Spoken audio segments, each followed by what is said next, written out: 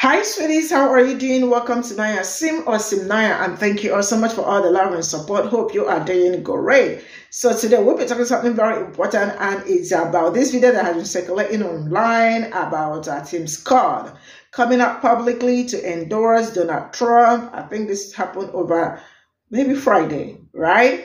And a lot of people are not finding this video funny because he was like that black people need a president that will come and restore law and order.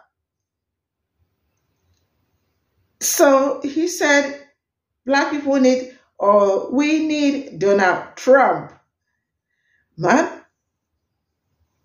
he needs also a president that would lower their taxes, It's really just amazing how people come out from nowhere to say some nasty things and think that because one person has endorsed him, I mean, like every other black person will endorse him, right?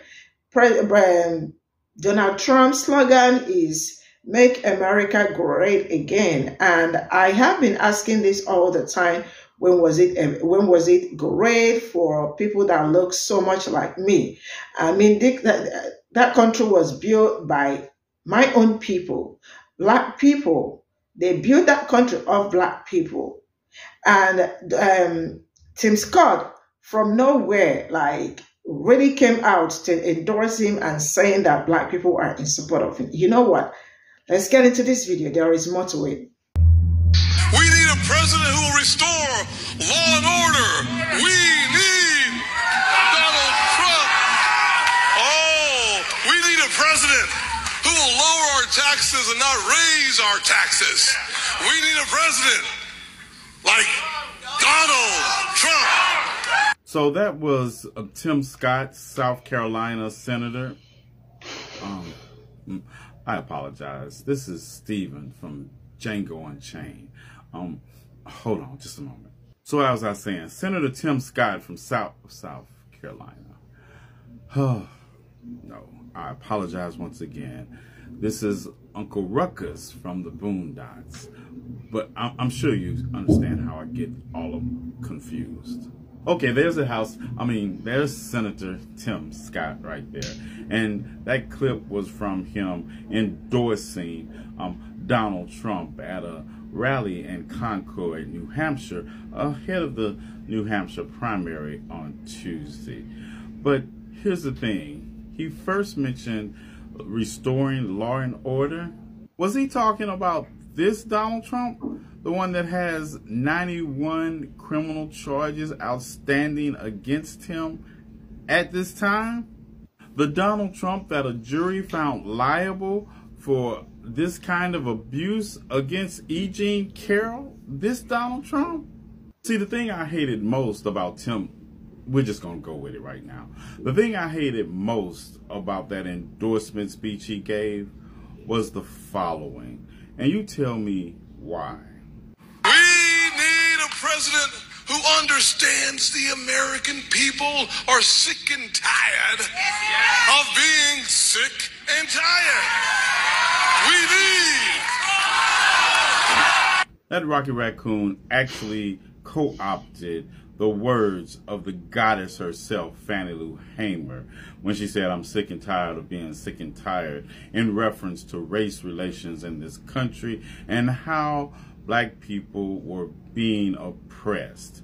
And he took those words and he used them in some kind of perverted support of Donald Trump and by proxy, the MAGA party.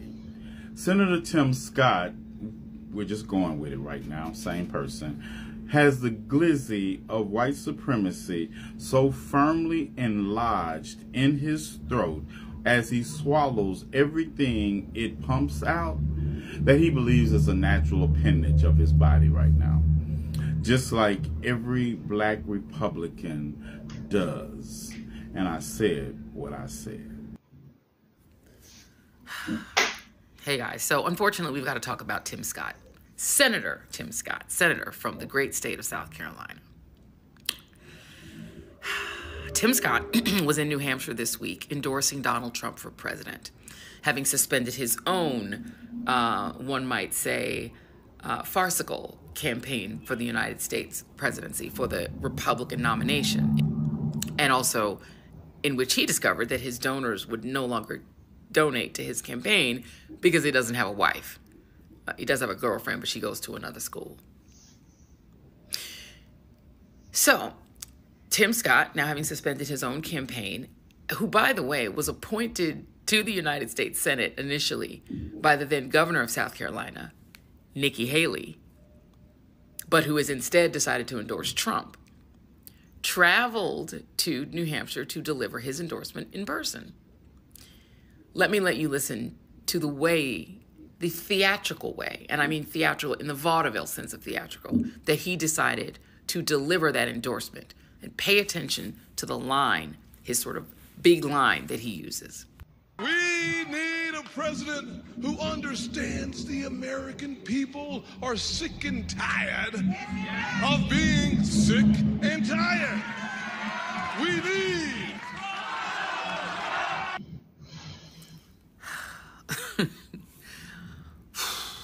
Why you gotta perform like that? What's with the, vaudeville act? Why you gotta do that? You're a United States Senator, Tim. That's just embarrassing for you.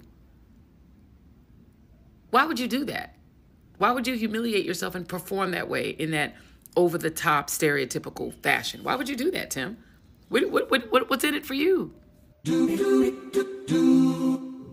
So that line, I'm sick and tired of being sick and tired, is actually one of the most famous lines, if not the most famous line ever delivered by one Fannie Lou Hamer, who is one of the greatest and most legendary civil rights leaders in American history.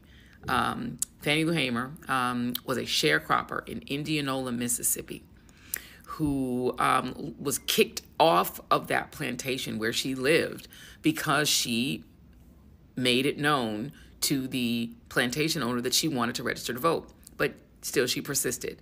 And she and other young civil rights activists traveled to the voter registrar to attempt to register to vote, to get what Medgar Evers actually coined the term first-class citizenship. And she also used that terminology, first-class citizenship. On the way back from that voter registrar, she and the other activists were jailed for the crime of trying to register to vote. And she was beaten, not by white sheriffs, but actually by black fellow prisoners who the white sheriffs forced, on pain of their own, maybe lynching, to beat her. And she was beaten with a belt while she was exposed from the waist down. Her dress was pulled up so that she was naked from the waist down and beaten, severely beaten and injured. And she had injuries that she carried for the rest of her life as a result of the savage beating that she took because she just wanted to register to vote. She was a part of the Mississippi Freedom Democratic Party in 1968. And they were a group of, in many ways, Medgar Evers associates, but also members of SNCC, who gathered together to register and create their own Democratic slate to take to the Democratic Convention in Chicago in 1968, because the white Mississippi Democratic Party would not allow blacks to run as Democrats, would not allow them to vote, would not allow them to register. Hence why she was beaten, right? So these activists, they formed their own, what they call the Mississippi Freedom Democratic Party. And they took their slates and demanded that the Democratic National Committee seat their delegates, because they were an interracial delegation as opposed to the all-white official Mississippi delegation.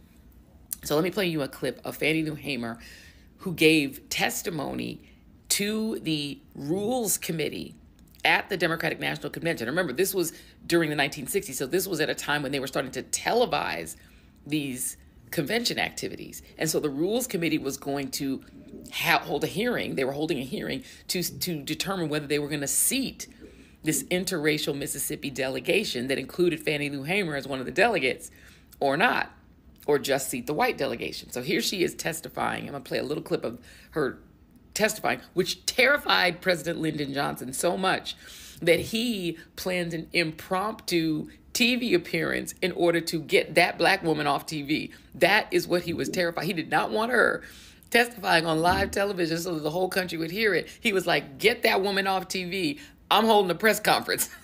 let you listen to Fannie Lou Hamer. But the highlight of the testimony was that of Fannie Lou Hamer. The sharecropper who had been evicted from her plantation had come to symbolize the Mississippi movement. Mr. Chairman, and to the Credentials Committee, it was the 31st of August in 1962 that 18 of us traveled 26 miles to the county courthouse in Indianola to try to register to become first-class citizens. We was met in Indianola by policemen. The president, Lyndon Johnson, he's not afraid of Martin Luther King's testimony. So that heroic woman is who Tim Scott is quoting on behalf of Donald Trump.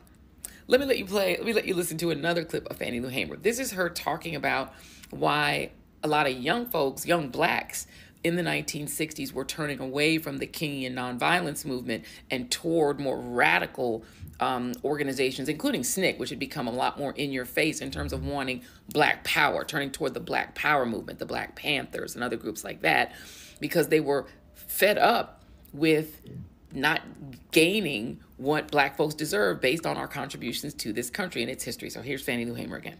This flag is drenched with our blood. So what the young people are saying now, give us a chance to be young men, respected as a man. As we know, this country was built on the black backs of black people across this country. And if we don't have it, you ain't gonna have it either, because we gonna tear it up. That's what they saying. And people ought to understand that. I don't see why they don't understand that. They know what they've done to us. All across this country, they know what they've done to us. For Tim Scott to quote that woman on behalf of that man who ridicules, belittles, and is racist toward black people, for Tim Scott, who is from the South, he's from South Carolina. His family goes back to enslavement in South Carolina. His family lost hundreds of acres of land that was taken from them by white South Carolinians. And he never talks about that, nor has he ever spent 1 day, 1 minute, 1 hour advocating for black people in this country. For him to quote a civil rights legend on behalf of a racist autocrat wannabe is insane. Donald Trump has said that he would unleash the police to kill at will because they have to be able to get a little tough and do what they got to do. And if there's a few bad apples in the force, we have to just live with that. That's who he's quoting Fannie Lou Hamer on behalf of? What? Tim Scott, keep Fannie Lou Hamer's words out of your mouth, sir. Maybe quote like Richard Spencer or someone more appropriate to quote for Donald Trump. Maybe, you know, Donald Trump is out there quoting Hitler and Mein Kampf. Maybe you should find a quote from him, because that's who Donald Trump is quoting when he says that immigrants are poisoning the blood of this country. He's quoting Hitler. But you are quoting Fannie Lou Hamer on behalf of the guy who quotes Hitler? Come on, Tim Scott. Do better. Or maybe just be silent. Silence is golden. It's always an option. Be blessed. So this is all I got from this video, and it's really sad that some people can go to any length to, like, you know, sell his own people just to be with white supremacists and all that, you know. And with all the stories surrounding Tim Scott and coming from South Carolina, you know, and hearing that his own family lost so many acres, I mean, landed property to palm-colored people, which he has never till this very moment advocated for, like, you know, trying to get their own land back and all that. See, now let me tell us something. Once you start, once you leave or you disregard where you come from, I mean, you're a black man. Once you disregard them, trust me, you are going to keep faking so many things till the end of time. Because as it stands, he cannot go even and advocate for their stolen land, because he is for the palm-colored people. And coming out to remind black people or to tell black people that we are, I mean, like he is endorsing Trump, it's something that is really very, very crazy, like coming from him.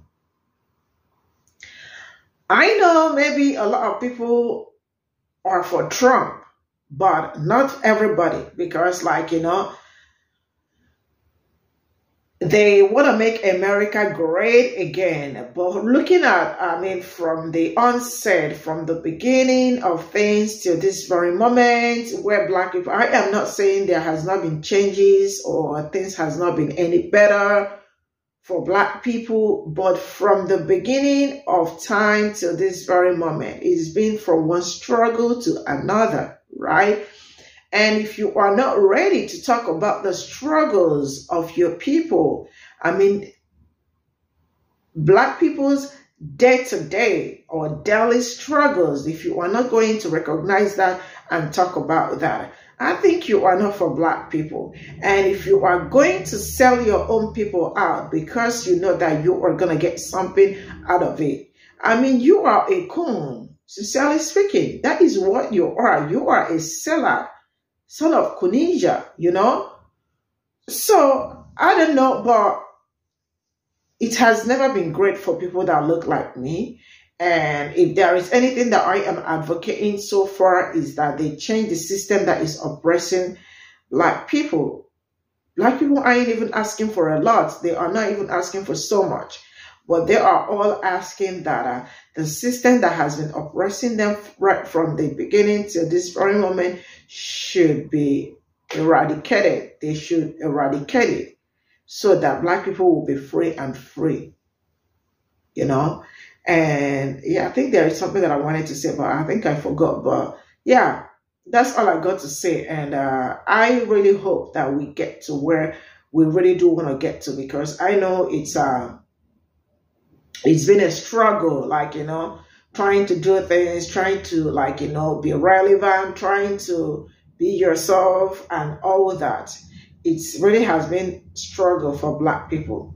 But I am praying that someday we are just going to get there without much struggles.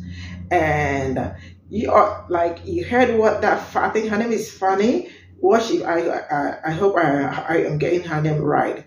You heard what she said, that black people built this country. They built this country of black people's sweat and everything. I think black people deserve, I mean, they deserve much, much more than what they are getting for building this country. And you all sit on in the same country they built, and you all want to make the system very hard for them. See you all in my next video. Bye for now.